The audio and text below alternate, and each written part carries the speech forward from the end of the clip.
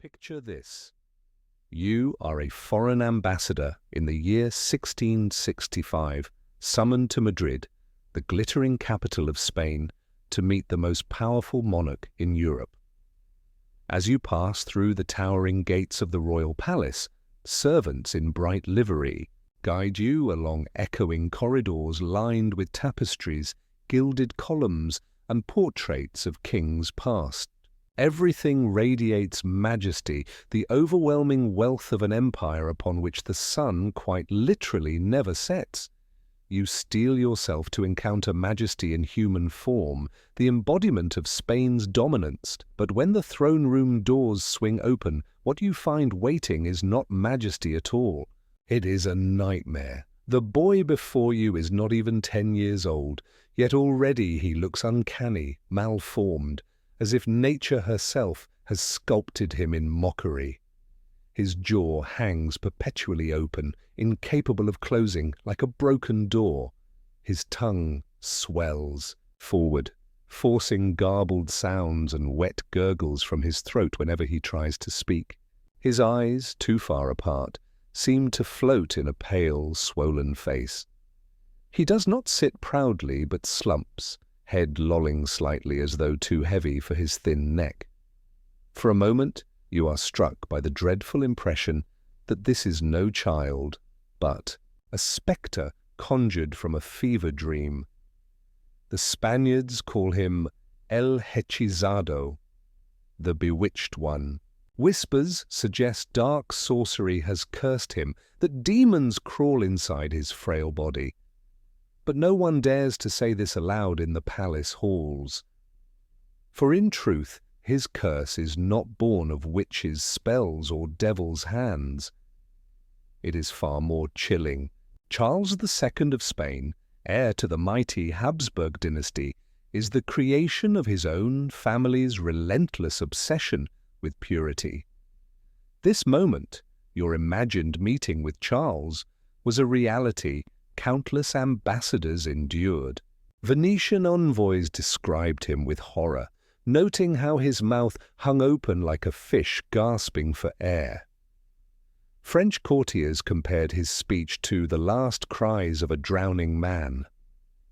Each new diplomat arrived expecting to bend the knee to a figure of strength, only to leave haunted, carrying back to their homelands not tales of Spanish glory, but of a monarch so broken he seemed to embody the decline of the empire itself. And yet, no matter the revulsion, all were required to bow. For in that grotesque figure sat the last hope of the Spanish Habsburgs, a dynasty that had once dominated half the known world. The paradox was inescapable. The most powerful throne in Europe was occupied by the weakest of bodies. This is the story of how a dynasty's greatest strength, its hunger to keep power within, became its fatal weakness. How the pursuit of pure blood twisted into a nightmare of genetic collapse, and how the boy, who could barely speak, barely eat, and barely rule, would drag Spain into one of the bloodiest wars in European history. But before we descend fully into the life of Charles II, the broken king, we must first step back and understand the dynasty that produced him.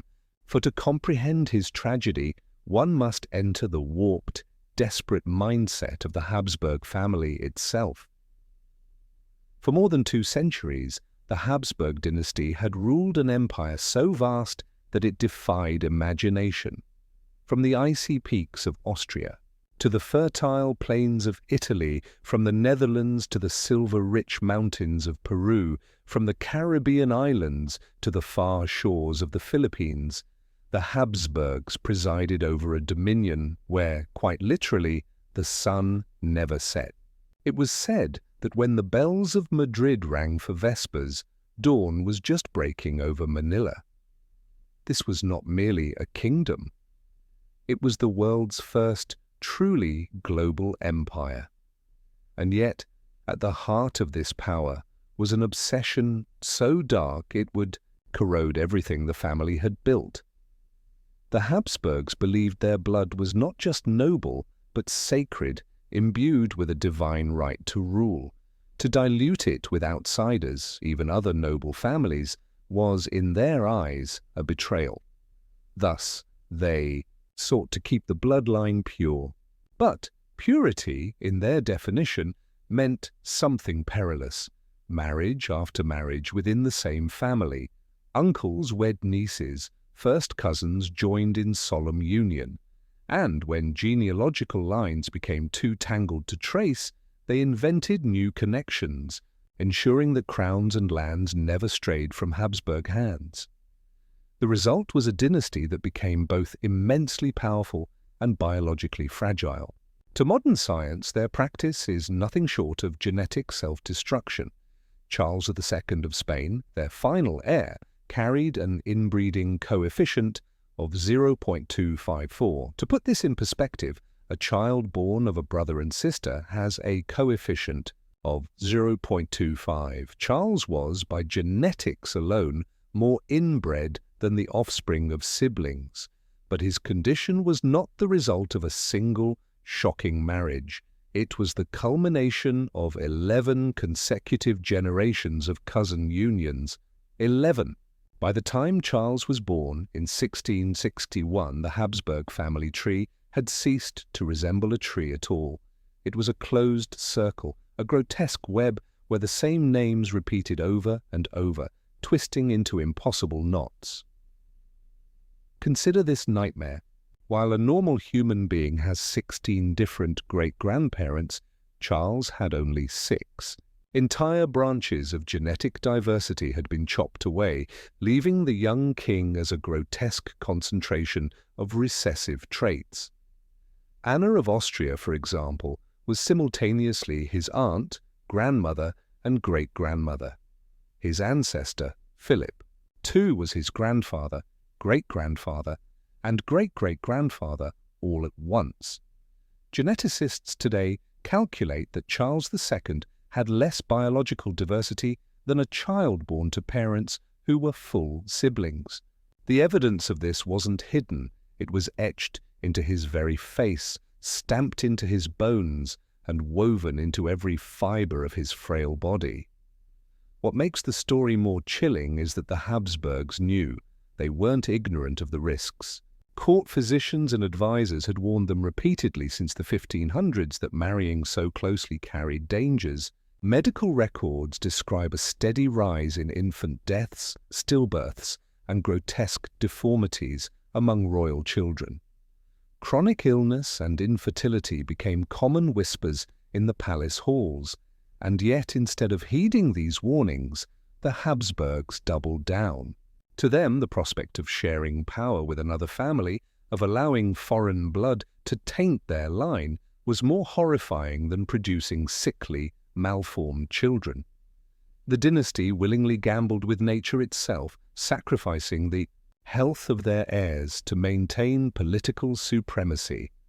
The famous Habsburg jaw, the protruding chin and thick lower lip, seen in royal portraits, was the most visible marker of this decline. What had once been a mild quirk in family likeness grew grotesque with each generation. By Charles II, it had reached its catastrophic peak, a jaw so malformed it made eating, speaking, and even breathing a torment. But the jaw was only the most visible symptom. Beneath the surface, centuries of genetic collapse were working silently, ensuring that when Charles was finally born, he would embody the fatal weakness of an entire dynasty. By the early 1600s, the cracks in the Habsburg dynasty were no longer hidden. They were carved into the faces of their children. The famous Habsburg jaw, once merely a family peculiarity, had become a grotesque caricature. The lower lip jutted forward, heavy and swollen, giving many of the princes and princesses a permanent slack-mouthed expression. Teeth grew crooked, chewing became difficult, and some struggled to close their mouths at all. But the jaw was only the beginning. Court records paint a chilling picture: children who failed to thrive, infants who lived only a few days, heirs who reached adulthood but were infertile or plagued with illness. Spanish physicians began to note a troubling pattern: stillbirths, high infant mortality, and unexplained deformities. Reports of royal toddlers unable to walk or speak at expected ages became so frequent they were almost expected. Behind closed doors, the warnings grew louder. Advisors and doctors brave enough to risk offense urged the dynasty to abandon their obsession with incestuous marriages. They knew what was happening. Each generation was stacking the odds higher, narrowing the family's genetic diversity, until the children were little more than fragile vessels of disease. And yet the response from the Habsburg rulers was chilling in its arrogance. They did not open the bloodline, they did not seek healthier unions. Instead, they doubled down, arranging even closer marriages, as if proximity to their own bloodline was a talisman that could defy nature itself. It was less a dynasty than a gamble, a high-stakes wager that political control was worth the slow destruction of their heirs. The secrecy surrounding this decline only deepened the tragedy. When Philip V of Spain, Charles II's father, realized that his own son was severely deformed, his first instinct was not to seek medical aid or acknowledge the problem. Instead, he ordered that portraits of the child be destroyed. Court painters were instructed to hide every flaw, smoothing deformities with brushstrokes and inventing normalcy where there was none. And palace servants were threatened with silence. The health of the royal children was not a matter for medicine or reform. It was a matter of state secrecy. This culture of concealment created a horrifying cycle. Every generation produced weaker, sicker heirs, yet no one dared to admit it. To speak openly of the dynasty's decline was treason. To suggest that their obsession with purity was killing them was heresy. And so the family plunged onward, generation after generation, watching their heirs deteriorate while clinging ever tighter to the very practice that was destroying them. By the time Charles II was conceived, the dynasty was already teetering on the brink of collapse. He was not the unlucky accident of a single bad match. He was the inevitable outcome of centuries of deliberate choices, the final chapter in a long genetic tragedy.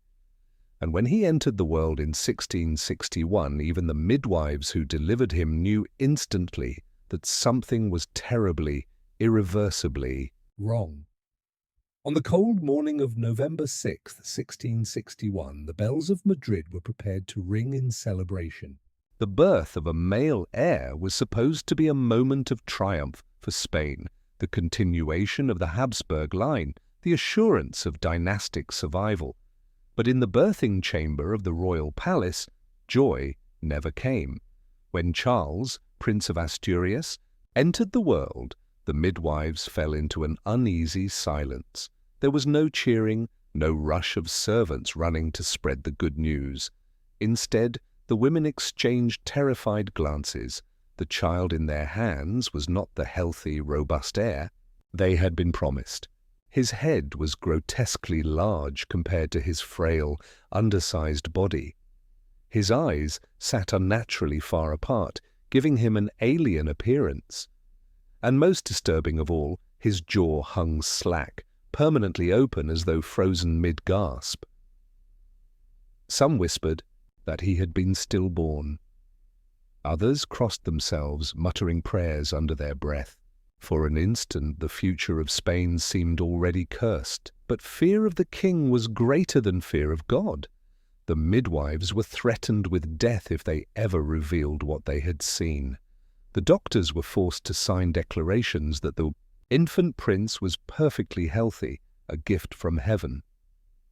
Outside the chamber, palace officials began the machinery of royal propaganda. Bells did ring across Madrid, but they were a hollow echo of the truth. Inside, there was only dread. The newborn struggled to feed, his jaw deformity, making even nursing a torment. His frail cries were described as strange and muffled, more like the sounds of an animal than a human child. Some attendants believed the boy would not survive his first days, but against all odds, or perhaps by the cruelty of fate, Charles clung to life. From the very beginning, his existence was marked not by celebration, but by concealment. The Habsburgs could not allow the world to know the true state of their heir. Every flaw had to be hidden, every deformity denied. What should have been a joyous announcement became a carefully orchestrated performance designed to convince Europe that Spain's future was secure. Yet those who were present knew otherwise. They had looked into the face of the infant king and seen not the promise of strength, but the unmistakable shadow of weakness. Some whispered he was bewitched, others that God himself had cursed the dynasty for its sins. Whatever the explanation, one thing was clear. The child was born broken, and as the years passed, it became impossible to deny. From the moment he left the cradle, it was clear that Charles was not like other children. His earliest years were not marked by playful curiosity or laughter, but by silence, illness, and constant struggle. Where other infants would lift their heads within months, Charles's neck remained too weak to bear the weight of his oversized skull. He did not manage the simple act of holding his head upright until the age of 6. Walking, too, was a mountain he could not climb. Most children take their first steps before their 2nd birthday. Charles remained bound to his nursemaid's arms until he was 8 years old, when at last he stumbled forward on his own, a halting, awkward shuffle that looked more like the unsteady gait of an old man than the proud stride of a young prince. Speech was another torment. Words would not form on his lips. The boy who was destined to rule the greatest empire in Europe could not communicate intelligibly until he was 10 years old, and even then his speech was slurred and wet, barely comprehensible to those closest to him. Every milestone of childhood arrived years late, if at all, as if his body and mind were trapped in a fog they could never escape. Worse still was the pain that seemed to haunt him.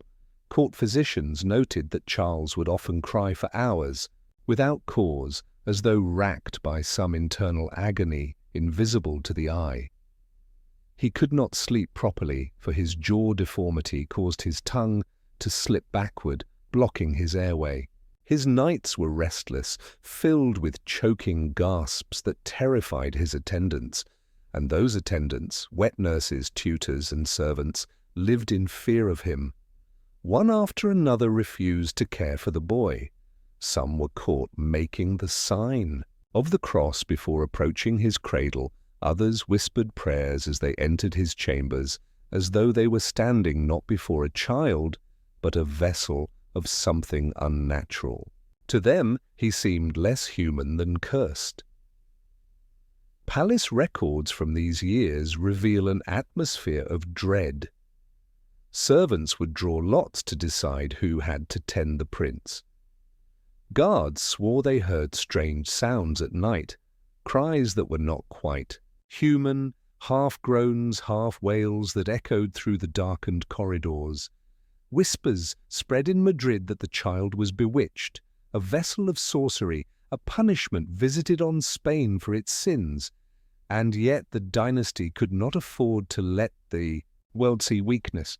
Official proclamations described Charles as healthy and strong, the pride of Spain, while behind the palace walls his caretakers lived in quiet terror of the fragile, suffering boy who could neither eat nor speak like other children. Charles's childhood was not merely difficult, it was a living nightmare, endured not only by himself but by everyone who crossed his path. Each day seemed to confirm the grim suspicion that Spain's future rested on a body and mind too broken to survive. By the age of 5, Charles was still frail, small and misshapen, but he was no longer a secret confined to the inner chambers of the palace. Spain could not hide its heir forever. In a world where dynastic marriages sealed political alliances, other courts demanded to see the boy who would one day inherit the Spanish Empire. And so in 1666, the task fell to Juan Carreño de Miranda, the royal court painter, to immortalize young Charles in paint. Carreño was no stranger to flattering his subjects. Artists of the Spanish court had long practiced the art of smoothing flaws, softening wrinkles, and ennobling features. But when he was summoned to paint the prince, he faced a challenge unlike any he had ever encountered. The child before him was pale and sickly, with thin limbs that hung awkwardly at his sides. His jaw protruded grotesquely, his mouth hanging open in a slack expression he could not control. His gaze was unfocused, his eyes wandering slightly apart. Carreño is said to have stared at the boy in silence for several minutes before lifting his brush. The final portrait presented to the world was, of course, a compromise. Charles was dressed in fine silks, posed regally with the trappings of power, a miniature armor, a plumed hat, the insignia of nobility. His frailty was hidden beneath rich fabrics. And yet, even with every artistic trick at his disposal, Carreño could not disguise the truth entirely. The deformities were too pronounced. The jaw jutted forward unmistakably, the lips sagged. The boy's expression seemed vacant, almost haunting. When the portrait was unveiled to foreign ambassadors, whispers filled the court. Letters carried back to France and Austria noted with unease that Spain's heir looked weak, delicate, even disturbed. One ambassador wrote bluntly that the boy resembled a child touched by heaven or else by something darker. Inside Spain, the painting was treated with reverence. Outside, it confirmed a growing suspicion. The mighty Habsburg dynasty was rotting from within, and its future lay in the hands of a broken child. And yet, this was only the beginning. As Charles grew older, his appearance and his condition would become impossible to mask. No portrait, however carefully painted, could conceal the reality of a king who was crumbling from the inside out. As Charles stumbled into adolescence, it became painfully clear that the boy who was meant to inherit the most powerful empire in the world was scarcely capable of caring for himself. His body remained frail, underdeveloped, and grotesquely malformed. Despite his age, he still appeared childlike, with thin limbs and a swollen head that seemed too heavy for his shoulders. The infamous Habsburg jaw had grown even more pronounced, leaving him unable to chew solid food. Meals often had to be cut into tiny pieces or softened into mush, lest he choke. But physical deformity was only one piece of the torment. Charles's mind lagged years behind his peers. At 14, he behaved more like a child of 6, easily distracted, prone to tantrums, and incapable of serious study. Tutors reported, with despair, that he could not read or write beyond the simplest words. Foreign observers who visited Madrid left horrified accounts. Ambassadors described the prince as imbecilic, incapable of reason, and more like a creature than a man.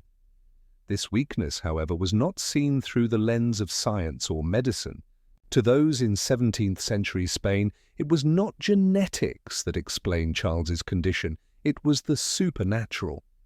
Whispers of witchcraft swirled through the corridors of the palace. Some claimed that enemies of Spain had bewitched the prince in his cradle. Others believed he was cursed by God himself for the dynasty's arrogances and incestuous unions. Charles himself came to believe these stories.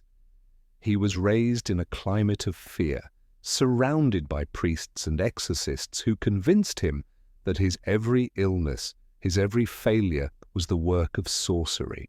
From his earliest years, he was subjected to bizarre rituals meant to cure him, holy water sprinkled daily, relics pressed against his lips, and prayers whispered endlessly at his bedside. He grew into a youth haunted by the invisible. Instead of developing the mind of a ruler, Charles became obsessed with curses and demons. He avoided mirrors, convinced that his reflection was a tool of the devil. He refused to sleep without relics beside him. On some nights, attendants swore. They heard him crying out in the dark, begging unseen spirits to release him from their grip. And all the while, Spain waited. The empire desperately needed a strong heir, a king capable of commanding armies, of uniting a fractured Europe. Instead, it was being handed to a boy who seemed more like a ghost than a monarch. The world began to whisper. The throne of Spain was cursed. By the late 1670s, Spain was crumbling. Its empire stretched across oceans, yet within its heart the machinery of power was rusting away. The boy king, Charles II, had grown into a young man of nearly 20, but he bore none of the qualities expected of a monarch. His health was collapsing, his mind clouded, his body fragile and misshapen. And yet, in the official chronicles, in the words of priests and ministers, Charles was still described as vigorous, wise, and destined for greatness. It was a grand illusion, a kingdom in denial. Court physicians were forced to write glowing reports that contradicted reality. Servants who spoke too openly of the king's weakness were dismissed, or worse, silenced. Every portrait painted of Charles was carefully adjusted, his deformities softened, his frame made to appear more regal than it truly was. Behind the palace walls he remained almost a prisoner, hidden from the eyes of Europe, but the truth could not be hidden forever.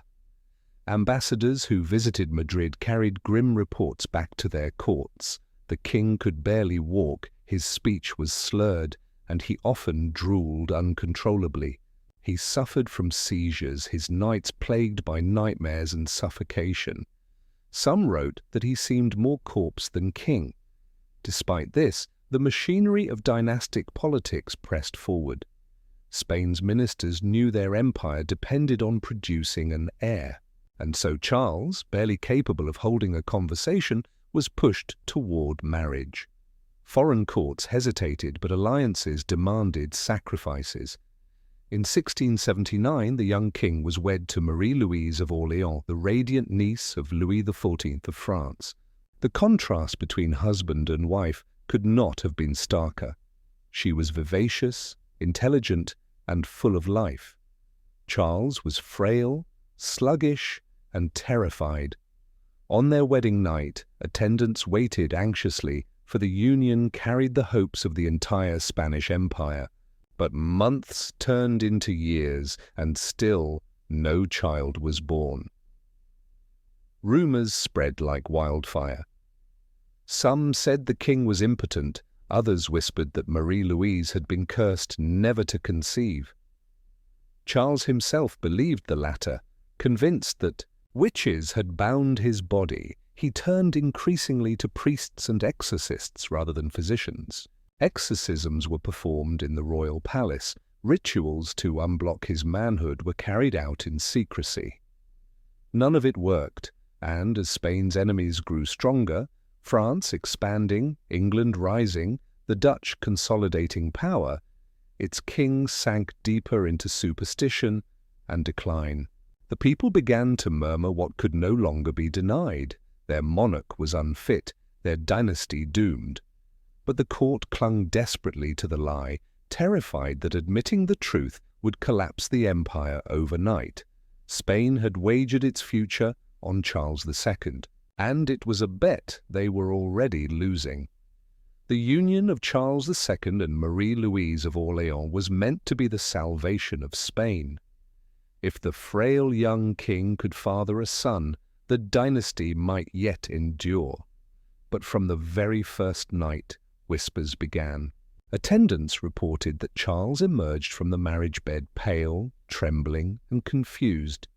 Weeks passed, then months, then years. still no sign of pregnancy. The Spanish court grew anxious and Europe grew watchful. The problem was painfully clear. Charles, weak, deformed, and plagued by illness, was incapable of consummating the marriage in any lasting way. His body betrayed him at every attempt. Physicians prescribed tonics, strange concoctions of herbs and animal parts. Priests offered prayers, blessings, and even holy relics to be worn in the bedchamber. Nothing worked. For Marie-Louise, the situation was nothing short of a nightmare. She was a young woman of beauty and spirit, yet she found herself chained to a husband who seemed more spectre than man. Her letters reveal a deep sadness she felt, like a prisoner in Madrid, suffocated by ritual, tradition, and the constant pressure to conceive. The more time passed, the more she became the target of suspicion. If Charles was not producing an heir, surely, so the court reasoned, it must be the Queen's fault. Whispers spread that she was bewitched, cursed by her enemies, or secretly refusing her duties. Priests subjected her to humiliating rituals. She was made to drink bizarre fertility potions, to touch relics of saints, to endure endless interrogations about her private life. Charles himself believed it. Convinced that witches had stolen his virility, he called upon exorcists. More than once, rituals of purification were performed in the palace, with priests chanting over the royal couple as though battling unseen demons. Still, the womb of the Queen remained empty. The pressure only deepened when Spain's enemies gloated. Foreign ambassadors mocked the king in their secret reports, writing that the most powerful empire in Europe was ruled by a man who could not be a man. For 9 long years, Marie-Louise endured the despair of a barren marriage. Then, in 1689, tragedy struck. At just 26 years old, she fell ill after a ride on horseback and died within days. Officially, her death was blamed on a sudden fever. But in Madrid, no one believed it. Many whispered she had been poisoned. Some accused her political rivals, others said witches had finally claimed her. But in truth, her life had been consumed by a kingdom's desperation, her body sacrificed on the altar of Spain's collapsing future. Charles was devastated. He wept uncontrollably, refusing food for days, his frail body wasting further.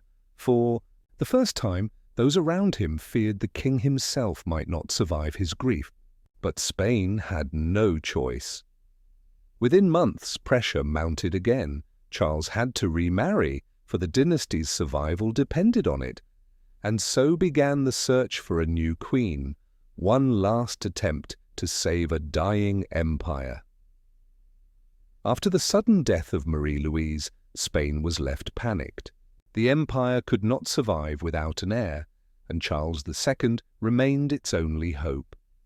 Within months, his ministers arranged another marriage, this time to Maria Anna of Neuburg, a German princess from a family famed for its fertility. The choice was no accident. Maria Anna's mother had given birth to an astonishing 17 children. Surely, the court reasoned, such blood would break the curse that hung over Spain. Ambassadors even joked that if anyone could bear an heir to the king, it would be her. But when Maria Anna arrived in Madrid in 1690, the illusion quickly unraveled. She was met not with a strong monarch, but with a ghostly husband. Charles, now 29, looked decades older. His body was failing him. His skin was pale and waxy, his hair thin, his limbs weak. He shuffled rather than walked, his speech slurred, his face marked by the grotesque Habsburg jaw. Despite this, the new queen dutifully tried to fulfill her role. Yet months passed, then years, and still there was no pregnancy. The truth was, undeniable, Charles was incapable of fathering a child, and as with his first wife, suspicion and superstition filled the void. Maria Anna was accused of witchcraft, of deliberately sabotaging the marriage. The king himself believed it.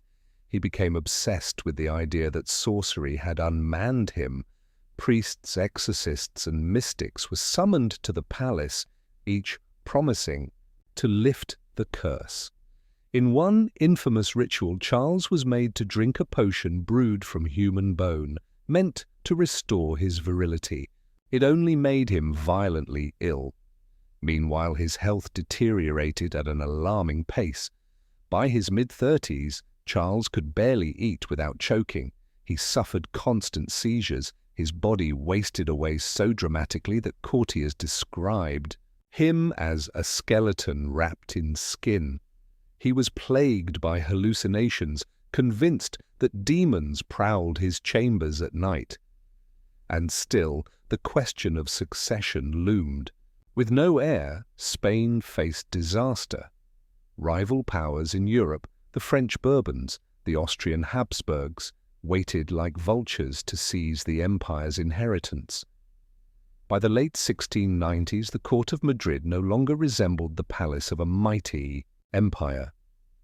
It had become more like a hospital ward, its corridors echoing with prayers, exorcisms, and the footsteps of doctors who knew there was no cure. Charles II, the bewitched, was fading before their eyes, and with him, so too was the great Spanish Empire. By the dawn of the 18th century, the King of Spain was a living spectre. Charles II was only 38, but he looked more like a man of 70. His skin was ashen, his body wasted to bone, his hair falling in clumps. He could no longer chew, could scarcely speak, and his legs trembled under the weight of his own frame. Courtiers described him as more dead than alive. Every corner of the palace reeked of desperation. Physicians tried in vain to preserve him with endless tonics and bleeding rituals. Priests performed exorcisms so often that the royal chambers echoed with chants night and day. Charles himself begged for deliverance, convinced that devils had taken root inside him. In November of 1700, the inevitable came. Charles collapsed, racked with seizures and hallucinations. For days he drifted between consciousness and delirium, crying out that witches were dragging him to hell. On November 1st, All Saints' Day, the last Habsburg king of Spain finally died. He was only 39 years old, but it was not his death that cemented his legend. It was what followed. By royal order, Charles's body was opened. What the physicians claimed to find was so grotesque that it spread like wildfire across Europe. Reports declared that his corpse contained almost nothing of a normal man. His heart was said to be the size of a single peppercorn, his intestines black and shriveled, his body full of water. And worst of all, he was found to have no blood in his veins. Whether these details were exaggerated by rumor or faithfully recorded, they only fueled the legend of Charles, the Bewitched. To his people, it confirmed what they had always believed. Their king had been cursed from birth, a vessel of sorcery and divine punishment. But to historians, the truth was far simpler and far more tragic. Centuries of inbreeding had collapsed an empire from within. The once mighty Habsburg dynasty, rulers of half the known world, had produced a king so broken in body and mind that he became a living symbol of decline. With Charles's death, the Spanish throne passed into foreign hands, igniting the War of Spanish Succession and forever altering the balance of Europe. But for Spain itself, the story of Charles II remains a haunting reminder. An empire can command armies, conquer continents, and amass treasures beyond imagining, yet still be destroyed from within by its own blood. Charles the Stout, El Hechizado, the bewitched king, did not just die. He rotted alive, taking an empire with him. The story of Charles II is one of the most haunting in royal history. To his contemporaries, he was a king bewitched, cursed by sorcery, and punished by God. To modern eyes, he is the tragic endpoint of a dynasty that had ruled too long through the same bloodline. The Habsburgs had once been the masters of Europe. They commanded Spain, Austria, the Netherlands, vast territories in Italy, and an empire in the Americas so immense that the sun never set upon it. Yet all their power, all their gold, and all their armies could not save them from a single fatal flaw: the obsession with keeping power within the family. By the time Charles was born, generations of intermarriage had eroded the strength of their blood. The Habsburg jaw, once a quirk of royal portraits, had become a deformity so severe that it crippled their last king. His body was weak, his mind clouded, his life consumed by illness and paranoia. He was not merely a sick man, he was the embodiment of a dynasty in collapse, and yet, behind the grotesque details lies a human tragedy. Charles did not choose his fate. He did not ask to be king, nor to carry the burden of centuries of inbreeding. From his first breath, his life was dictated by forces beyond his control: politics, superstition, and a desperate empire that refused to see the truth. In the end, Charles left no heir. His death in 1700 not only ended the Spanish Habsburg line, but also set Europe ablaze in the War of Spanish Succession, a conflict that reshaped the continent for a century to come. His broken body, so long mocked and pitied, became the turning point of empires. Today, Charles II stands as a warning written in flesh and bone, a reminder that no empire, no matter how vast, is invincible, that the mightiest of dynasties can fall not from an enemy's sword, but from within, by their own choices, their own blood, their own blindness. The bewitched king rotted in life, and with him the Spanish Habsburg Empire decayed. But his story endures, chilling and unforgettable, a shadow cast across history.